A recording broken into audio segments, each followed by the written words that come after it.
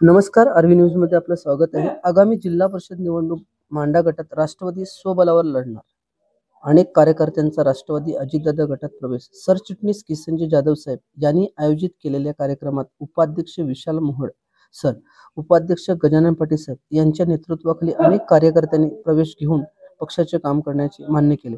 मात्र यावेळी जिल्हाध्यक्ष व तालुका प्रमुख यांची गैरहजेरी कार्यकर्त्यांना संभ्रमात टाकणारी होती। हे मात्र माननीय किसन जाधव सर यांच्या नेतृत्वाखाली, त्यांच्या प्रयत्नाने आणि माझे पक्षाचे सहकारी गजानन पाटील, किसन पीके म्हात्रे, पवन पाटील, गणेश सांबरे आणि माजी सरपंच संगीता धानवा आणि बचत गटच्या अलका सांबरे यांच्या सर्वांच्या नेतृत्वाखाली आणि या सर्वांच्या प्रयत्नाने अतिशय उत्तम पक्षप्रवेश राष्ट्रवादी काँग्रेस पार्टी अजितदादांच्या नेतृत्वाखाली आणि प्रांत अध्यक्ष तटकरे साहेबांच्या मार्गदर्शनाखाली ह्या ठिकाणी होत आहे।